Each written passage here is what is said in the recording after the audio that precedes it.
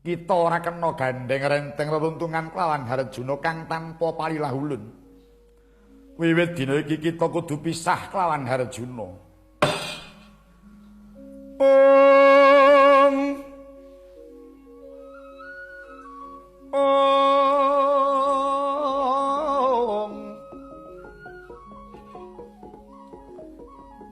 Ngatetangi-tanging sing tias kang kanduan kingken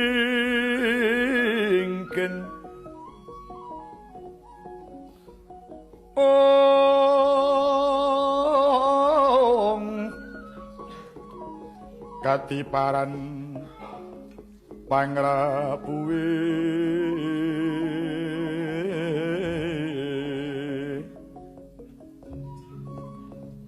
utek pantok enggalih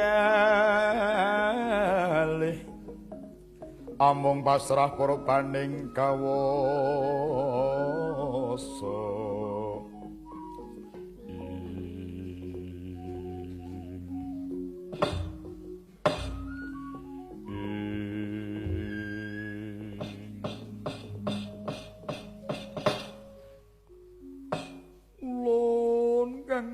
Mekulun yayah sinambring gelap lepat tinubru ing mong tuna tupi kula nampi sabtanipun patuko Kanjeng Eyang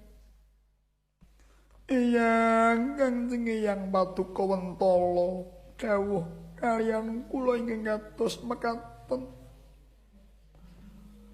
parma patuko mirsani kawontenan kula Kanjeng Eyang. Kula menika sampun wewek waja Sabta Candra. Yuswaning jabang bayi ingkang kula kandhut dasaripun kula boten saged pisah kaliyan Pangeran Arjuna. Eyang Kanjeng Eyang. Menawi paduka paring dawuh kula sipating widodari kedah dhaup kaliyan Widodara. Garwanipun Pangeran Arjuna boten namung kula nanging kalebet kadang kula Yayi Bathari Supraba inggih winengku tineng Pangeran Arjuna tuwin para widodari sanesipun.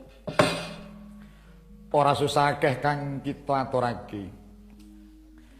Pisaing Janaka lawan kita uga pisaing Harjuna lawan kabeh para widodari. Wiwit niki Janaka ora duwe pangwasa apa-apa marang para widodari. Kula nyuwun pengayoman patuko kula mboten saged pisah kaliyan Pangeran Arjuna pekulun. Lunging kadang lelayungan ngalayung kang tanpa bayu.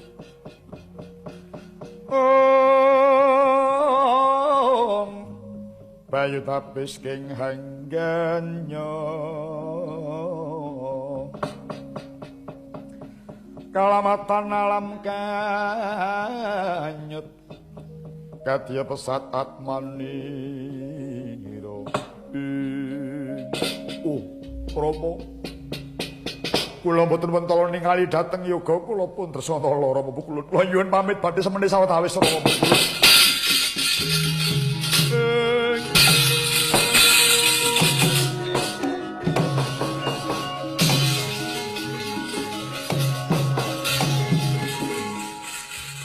Surung tiwang kara kingken ngremangos kang layon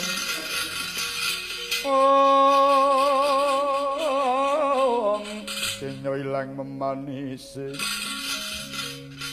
watananira landu kumel kuceng rahya maratani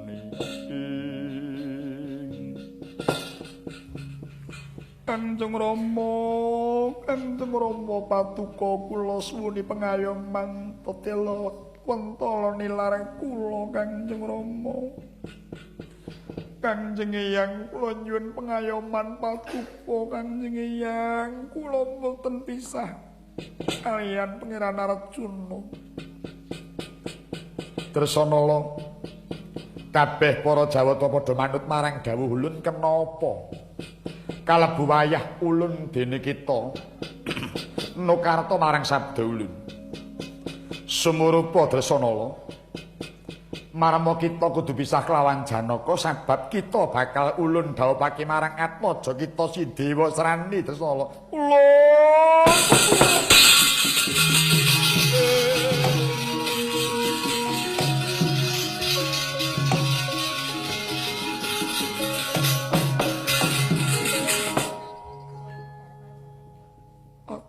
teko kalian kula pekulon dene kula badhe patuko dhawuhaken pikantuk Prabu Dewa Srani kula purun kadhawuh kalian pun Dewa Srani waton sampun dados kunarapa kawontenan kula Bathari Durga nuwun kula maring kapurbanen Dresanala iki kula iki ngestaken dawuh pekulon ayo ngger tak dhawuhake karo anakku yo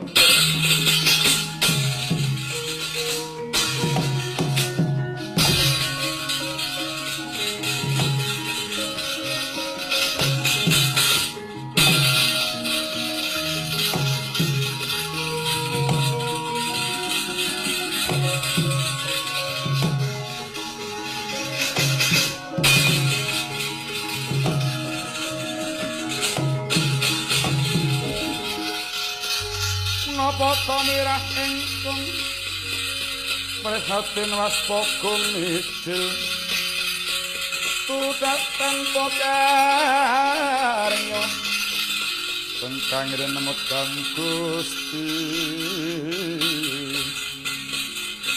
belum rinu sak sekarno mawur kang dremelah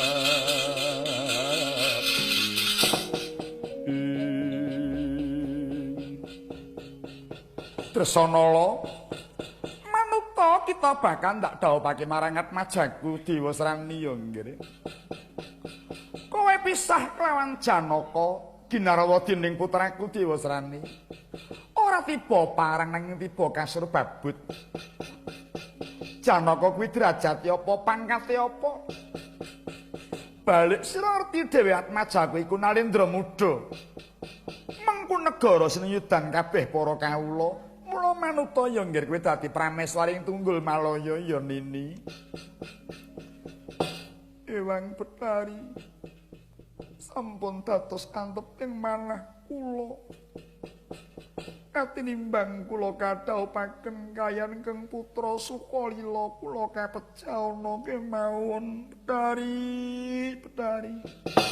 Kowe aja wangket. Dresanala.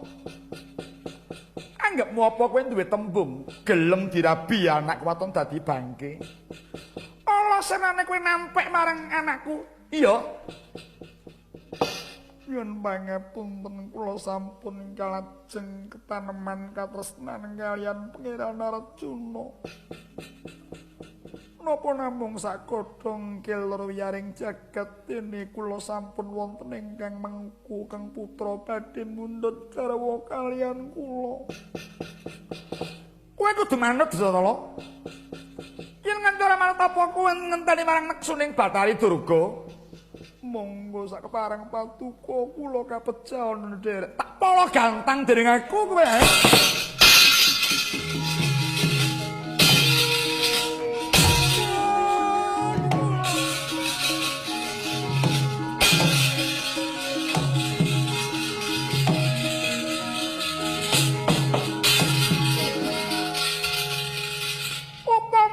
Mripat ora wuta batinmu. Upama tuli kupingmu ora bakal budhek rasamu. Aku iki sapa, Aku iki Bathari Uma. Aku iki prameswari Kayuwangan Jonggring Salaka. Kena ngapa kowe nampe marang anakku Dresanala? Bathari kula nyuwun pangapunten. Kula mboten nampik kayan kang putra namung kepareng wenget pilih kula sampun wonten ingkang mengku. Aja kan bicara. Cetha kowe madonake marang anakku. Nyiwakake marang putraku. Iki sing tak jaluk Dresanala. Katalika kaya mangkono. Seru napsuning Bathari Durga. nyemetheni dhateng Bathari Dresanala. Sambat karantan bawanipun ngrebini pitung candra. Iya semaning pun nang jabang bayi kang ana ing kandhutan.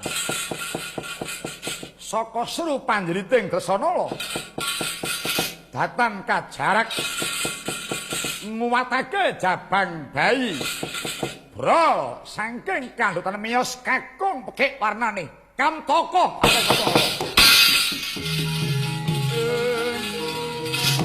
Iki jalukanmu.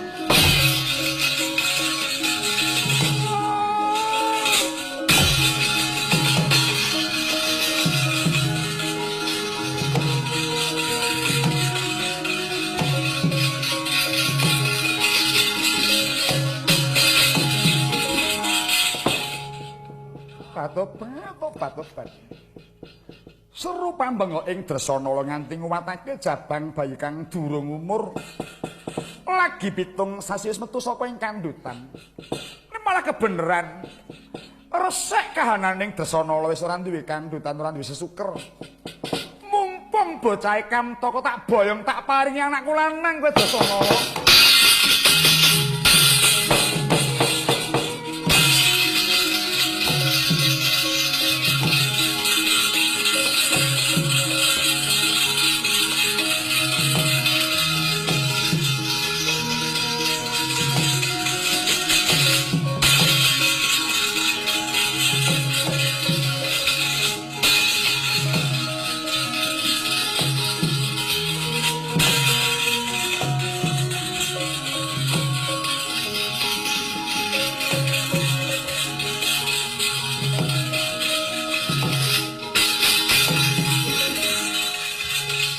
Gonjang kanjeng langit kelap-kelap katon lirik bintang-bintang malah gandrung sabarang katuluk jermunyak mayu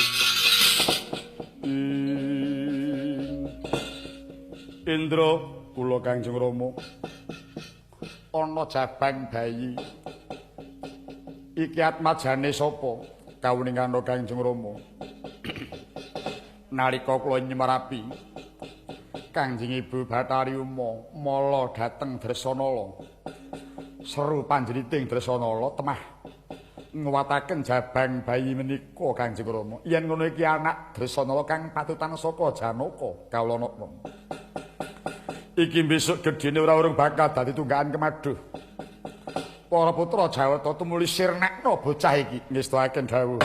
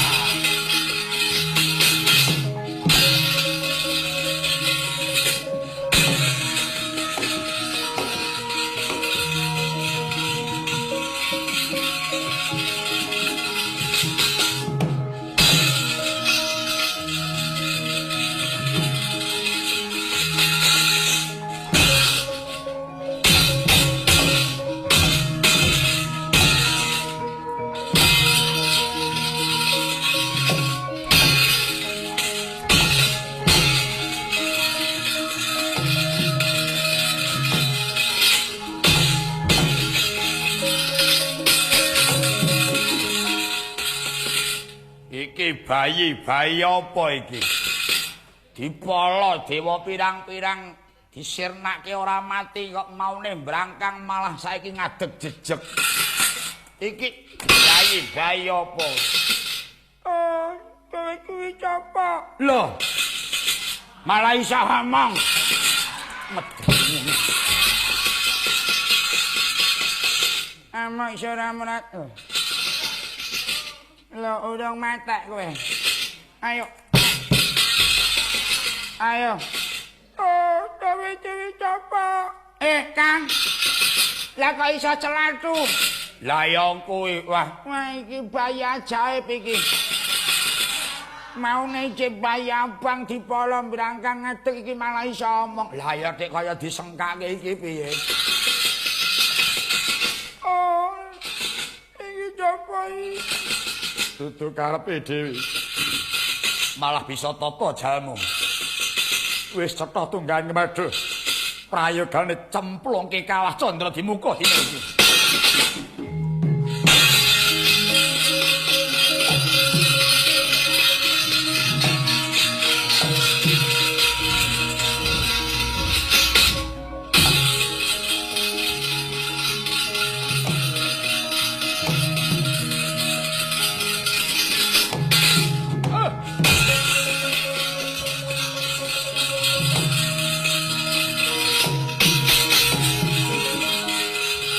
Kakang Yamadipati apa di kaparang dawuh dhateng para Jawata enggal ingkang ngrocok gaman dhateng bayi kang sampun kula cemplungan kawah menika. Iya, ngrocok gaman wae.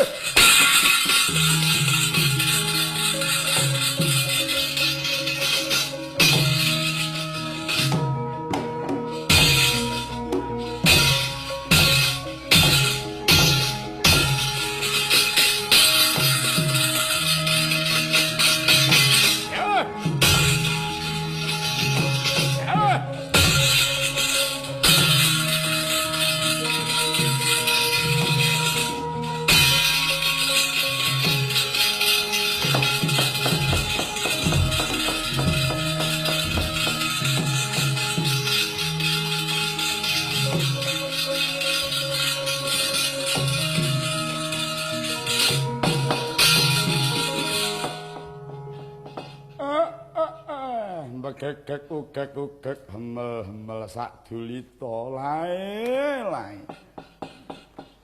Kebeneran oleh ku nganglang bawana jebolana lakon dudul lakon.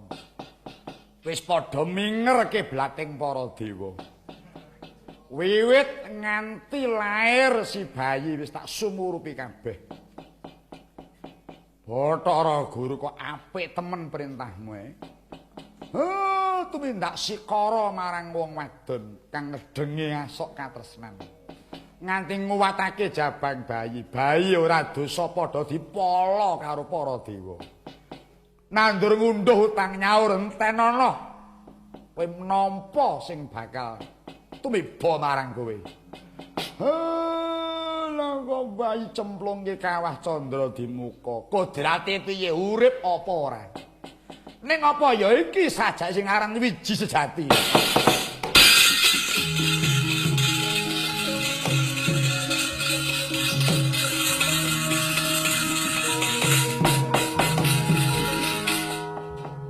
Marep-marep ulubing kawah Candra Dimuka.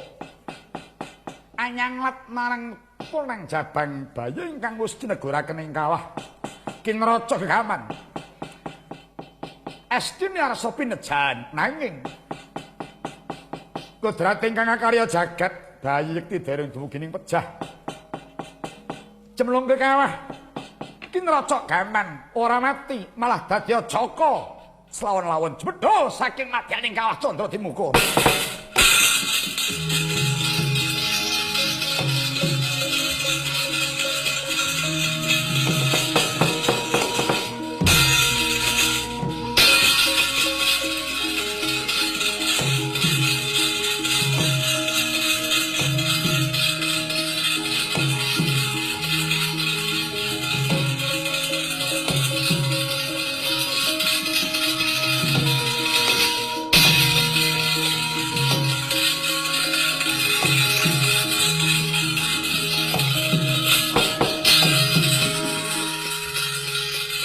Wikra kang bala tuminga Ajampa samya ngedali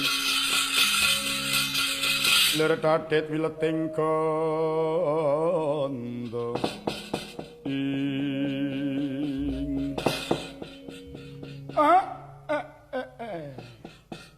Durung sawetara oleh go ngenteni jebul ana jejaka kang jebedhul saka tengahing kawah.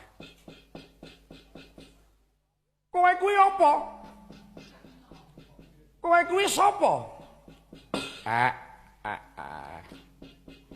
Anta wecanane iki ngetokke nek bocah kendel. Ya ora jeneng aneh wong laire kesengkang. Umur 7 sasi iki malah bayi tuwa. Cemplungke kawah ora mati mongko dikrocok gaman, malah mimbuhi sentosaning bocah iki. Kowe kuwi kandha apa? Aku Ngudarasa. Yen kowe takon karo aku jenengku Semar. Semar kuwi apa? Semar ki wong. Aku iki apa? Aku iki sapa? Apalane lagi werna loro. Aku iki apa? Aku iki sapa? Kowe kuwi ya wong ora beda aku. Kowe durung duwe jeneng. Jenengku sapa? Iya. Gandeng aku nekseni kahananmu. Kowe dicemplungke kawah ora mati malah bisa jaka selawon-lawon. Mongko kawah kuwi wisaning geni. Jagat Neksenana. Kowe tak wenehi tenger Bambang Wisanggeni.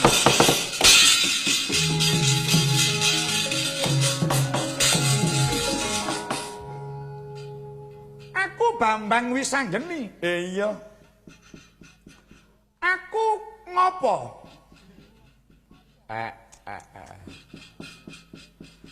Prayogane kowe golek ana wong tuamu. Wong tuaku sapa? Nek kowe arep takon wong tuamu, mara kowe nyedak ana wong sing padha nganggo jubah kae. Kae sapa? Kae dewa. Kae ngerti karo wong tuamu. Takono karo kae. Karo dewa-dewa sing padha tenguk-tenguk ana kono kae. Kae takonono. Nek kae padha ora ngerti, malah padha tabokono. Oh ya, tak parenane.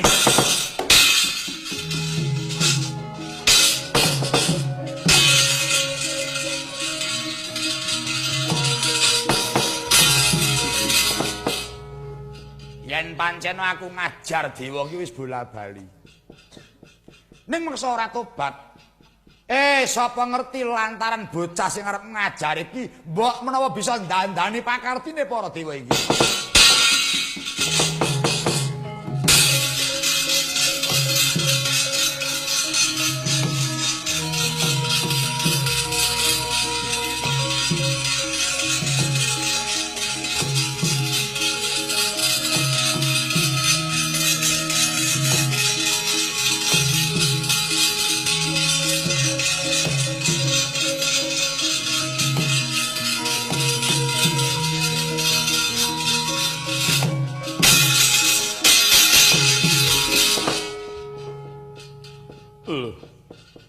Ana bocah wani tranyak-tranyak munggah nyang kayuwangan.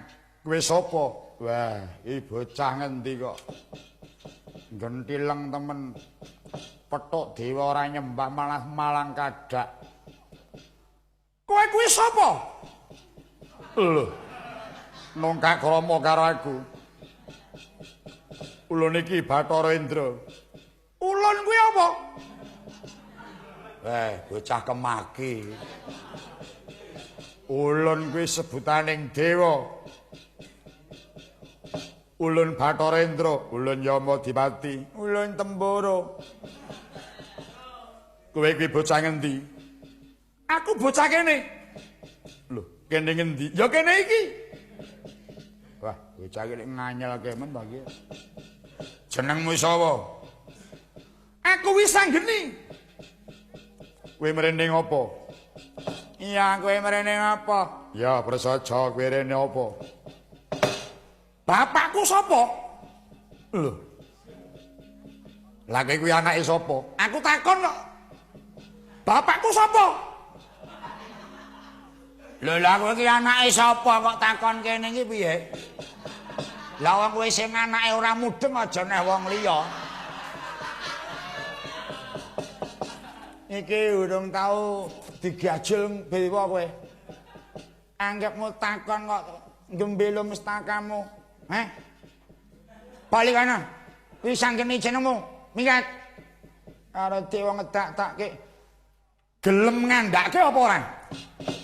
Gelem nuduhke wong tuaku apa ora? Wong tuamu sapa? Oh, dewa goblok kabeh tak taboki sirahmu dening aku.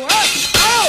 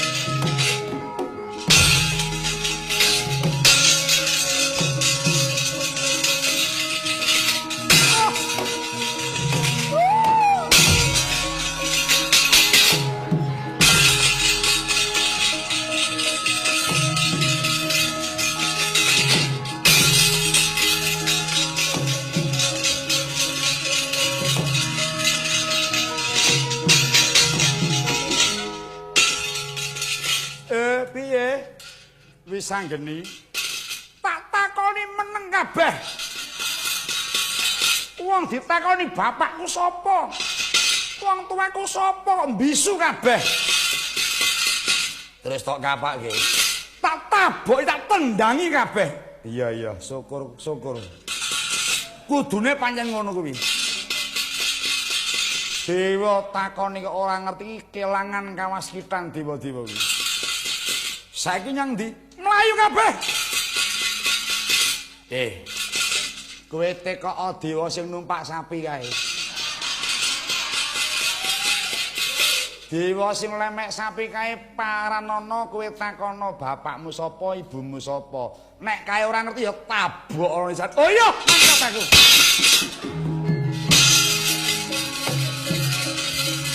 Rasakno Bathara.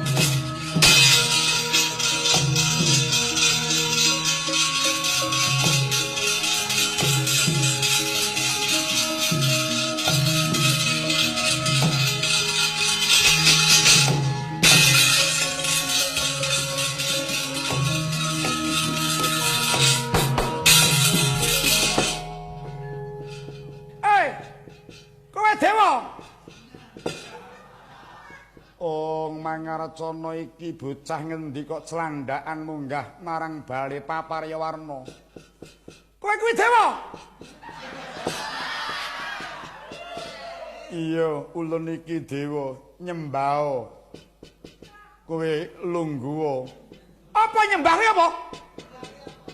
Linggo kuwi apa? Aku teko kene ora golek sembah, ora golek linggo. Aku teko kene takon karo kowe. Jenengmu sapa? Celandakan temen bocah iki. Ulun Bathara Guru.